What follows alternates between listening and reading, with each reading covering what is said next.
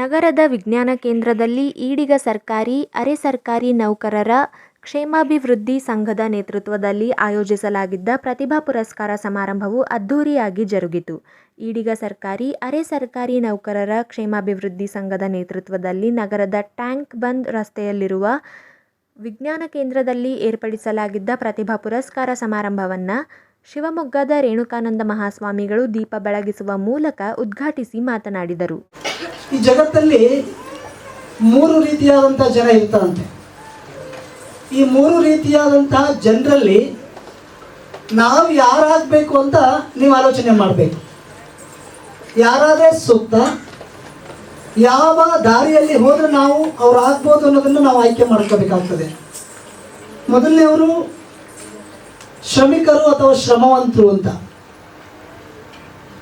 ನಮ್ಮ ಕೈ ಬಲವನ್ನು, ದೇಹದ ಶಕ್ತಿಯನ್ನು ಬಳಸಿ ಕೆಲಸ ಮಾಡ್ತಾ ಜೀವನವನ್ನು ಮಾಡುವಂಥ ಒಂದು ವರ್ಗ ಶ್ರಮಿಕ ವರ್ಗ ಅಥವಾ ಶ್ರಮವಂತರು ಅಂತ ಕರೀತಾರೆ.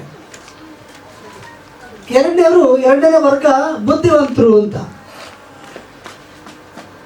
ಈ ಜಗತ್ತಿನಲ್ಲಿ ಅದು ರಾಜ್ಯ ಆಗಲಿ, ದೇಶ ಆಗಲಿ, ಜಗತ್ತಾಗಲಿ, ಆ ರಾಜ್ಯ ಆ ದೇಶದ ಅಭಿವೃದ್ಧಿ ಪ್ರಗತಿ ಅನ್ನೋದು ಎಷ್ಟು ಜನ ಶಿಕ್ಷಣವಂತರಿದ್ದಾರೆ ಅನ್ನೋದ್ರ ಮೇಲೆ ಡಿಪೆಂಡ್ ಆಗಿರ್ತದೆ.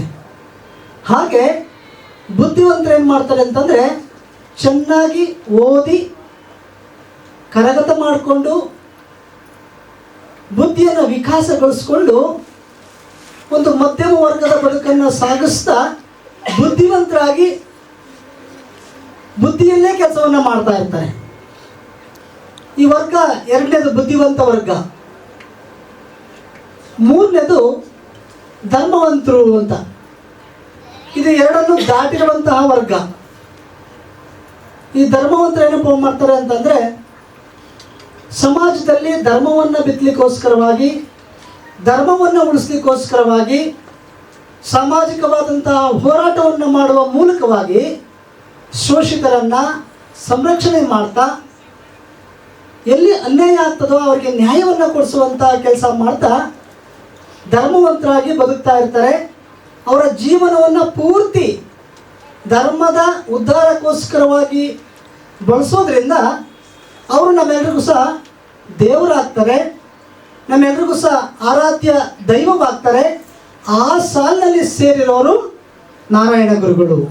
ಬಳಿಕ ಮಾತನಾಡಿದ BSNLನ DGM ಅನಂತರಾಮ್ ಚೌಧರಿ ಅವರು, ಈಡಿಗ ಸರ್ಕಾರಿ, ಅರೆ ಸರ್ಕಾರಿ ನೌಕರರ ಕ್ಷೇಮಾಭಿವೃದ್ಧಿ ಸಂಘವು ಸಮುದಾಯದ ಪ್ರತಿಭಾನ್ವಿತ ವಿದ್ಯಾರ್ಥಿಗಳನ್ನು ಗುರುತಿಸಿ ಪ್ರತಿಭಾ ಪುರಸ್ಕಾರ ನೀಡಿ ಪ್ರೋತ್ಸಾಹಿಸುತ್ತಿರುವುದು ಶ್ಲಾಘನೀಯ ಎಂದರು. मेरे मन में वो स्ट्रॉन्ग डिजायर बोलते हैं. डिजायर तो सबको है. दुनिया में कोई ऐसी आदमी नहीं है कि डिजायर नहीं है.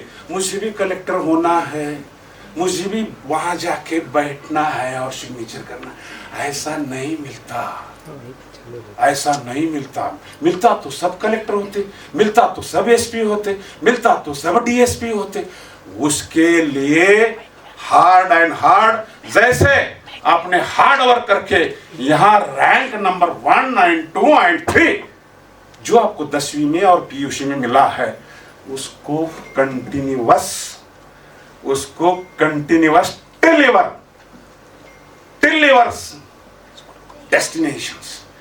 डेस्टिनेशन मीन्स जो आपका सपना है, SP बनना है, क्या कलेक्टर बनना है, जो भी आपके मन में सपना है, जो भी आपके मन में सपना है, पुलिस कांस्टेबल बनना है, या कंपाउंडर बनना है, या इंजीनियर बनना है,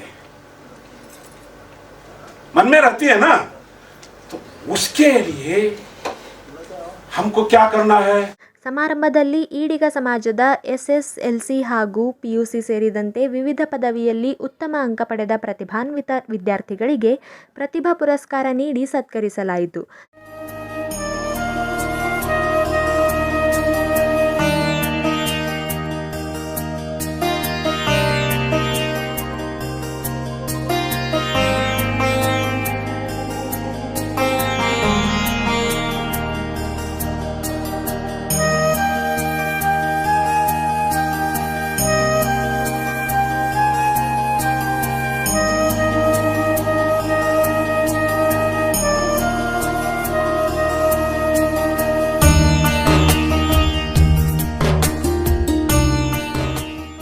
ಕಾರ್ಯಕ್ರಮದಲ್ಲಿ ಜಿಲ್ಲಾ ಪಂಚಾಯತ್ ಮಾಜಿ ಉಪಾಧ್ಯಕ್ಷರಾದ ಹರ್ಷಾನಂದ ಗುತ್ತೇದಾರ್, ಮಾಜಿ ಜಿಲ್ಲಾ ಪಂಚಾಯತ್ ಸದಸ್ಯ ರಾಜೇಶ್ ಗುತ್ತೇದಾರ್, ಈಡಿಗ ಸರ್ಕಾರಿ ಅರೆ ಸರ್ಕಾರಿ ನೌಕರರ ಕ್ಷೇಮಾಭಿವೃದ್ಧಿ ಸಂಘದ ಅಧ್ಯಕ್ಷ ರಾಜ್ಕುಮಾರ್ ಗುತ್ತೇದಾರ್ ಸೇರಿದಂತೆ ಅನೇಕರು ಭಾಗವಹಿಸಿದ್ದರು.